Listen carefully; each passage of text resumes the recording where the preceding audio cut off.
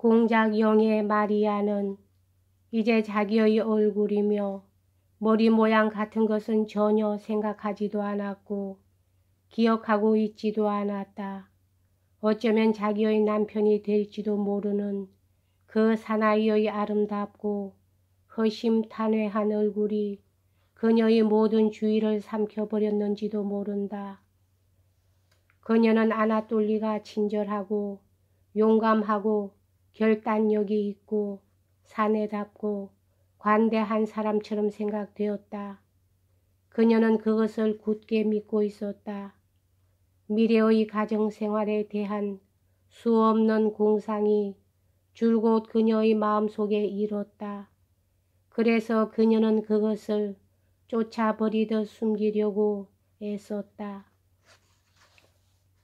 그렇지만 나는 저분에 대해서 너무 냉담한 건 아닌지 몰라 하고 공작영의 마리아는 생각했다.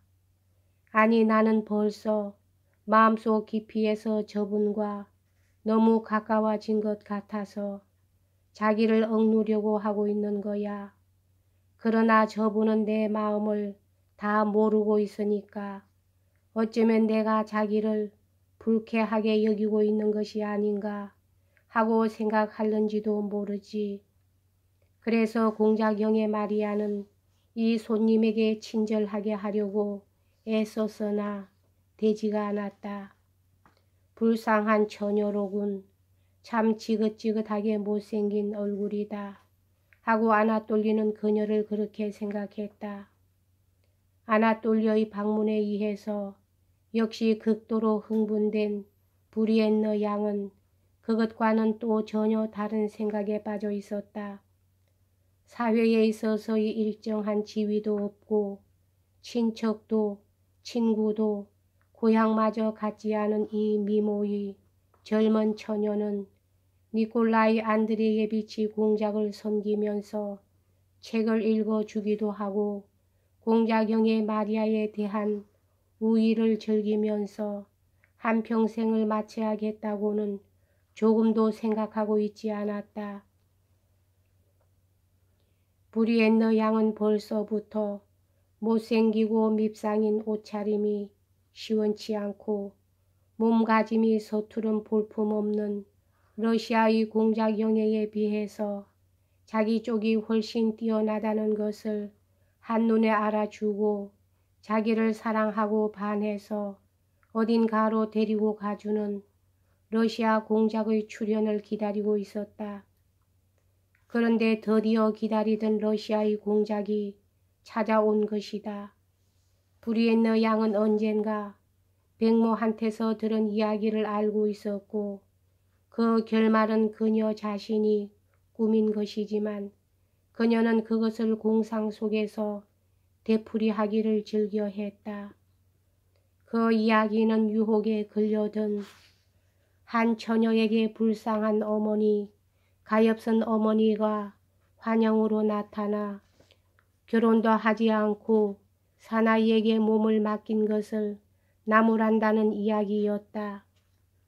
브리엔너 양은 상상 속에서 이 이야기를 유혹자인 그에게 들려주면서 곧잘 눈물을 흘릴 만큼 감동했던 것이다. 그런데 지금 바로 진짜 러시아의 공작인 그가 마침내 나타난 것이다. 그는 자기를 데리고 가준다. 그리고 가엾은 어머니가 나타나고 마침내 사나이는 자기와 결혼한다. 브리엔너 양이 아나톨리와 파리 얘기를 하고 있었을 때 그녀의 미래의 이야기는 이렇게 머릿속에서 꾸며졌던 것이다. 그녀를 그렇게 조종한 것은 결코 이해타산이 아니고 그녀는 1분간도 어떻게 해야겠다느니 하고 생각하지는 않았다. 이러한 것들은 모두 벌써 오래 전부터 그녀의 마음속에 마련되어 있었던 것이 지금 나타난 아나톨리에게 집중되었다는 것뿐이었다. 그녀는 어떻게 해서든지 조금이라도 더 아나톨리의 마음에 들기를 바랐고 또 그렇게 되도록 노력했던 것이다. 몸집이 작은 공작 부인은 나팔 소리를 들은 늙은 군마처럼 아이를 뵌 자기의 무거운 몸도 잊고 아무런 속셈도 내심의 고민도 없이 천진난만하고 경박한 들뜬 기분에 조종당해 무의식적으로 매혹적이고 교태 어린 빠른 걸음을 내디디려 하고 있었다.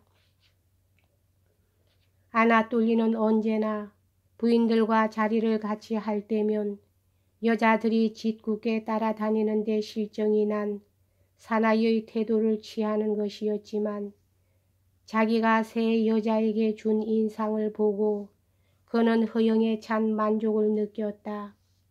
그뿐만 아니라 그는 아름다운 도발적인 브리엔느 양에게 짐승 같은 비열한 욕정을 느끼기 시작했다. 이 감정은 언제나 그에게 굉장한 속도로 엄습하여 극도로 난폭하고 대담한 행위를 감행케 하는 것이었다. 차가 끝난 뒤 그들은 소파가 있는 방으로 옮겼다. 사람들은 공작 영예에게 피아노를 쳐달라고 청했다. 아나톨리는 그녀에게로 얼굴을 돌리고 브리엔느 양 옆에 팔꿈치를 꿰고 있었으나 그 눈은 기쁜 듯이 웃으면서 공작 영예 마리아를 바라보고 있었다. 공작 영예 마리아는 자기에게 사나이의 시선이 돌려지고 있는 것을 느끼고 괴롭고 즐거운 흥분을 느꼈다. 평소 좋아하는 소나타의 음률은 더욱 오묘한 시적인 세계로 그녀를 끌고 갔다. 더구나 사나이의 시선이 자기에게 돌려지고 있다고 생각하자 이 세계에 한층 시취를 더하는 것이었다. 그러나 아나톨리는 시선을 비록 그녀에게 향하고는 있었지만 실은 그녀에게는 아무런 관계도 없는 것이며 그가 그때 피아노 밑에서 자기의 발을 대고 있던 브리엔느 양의 발의 움직임에 대해서였다. 브리엔느 양도 역시 공작 영예를 바라보고는 있었으나 그 눈 속에는 공작 영예 마리아에겐 신기한 깜짝 놀랄 만한 기쁨과 희망의 표정이 떠 있었다. 저 브리엔느 양은 정말 나를 사랑하고 있구나 하고 공작 영예 마리아는 생각했다. 지금 나는 얼마나 행복한가. 그리고 또 앞으로 이런 친구들과 이런 남편을 가지는 나는 얼마나 행복하게 될 수 있는 것일까. 그렇지만 정말 내 남편이 될 사람일까.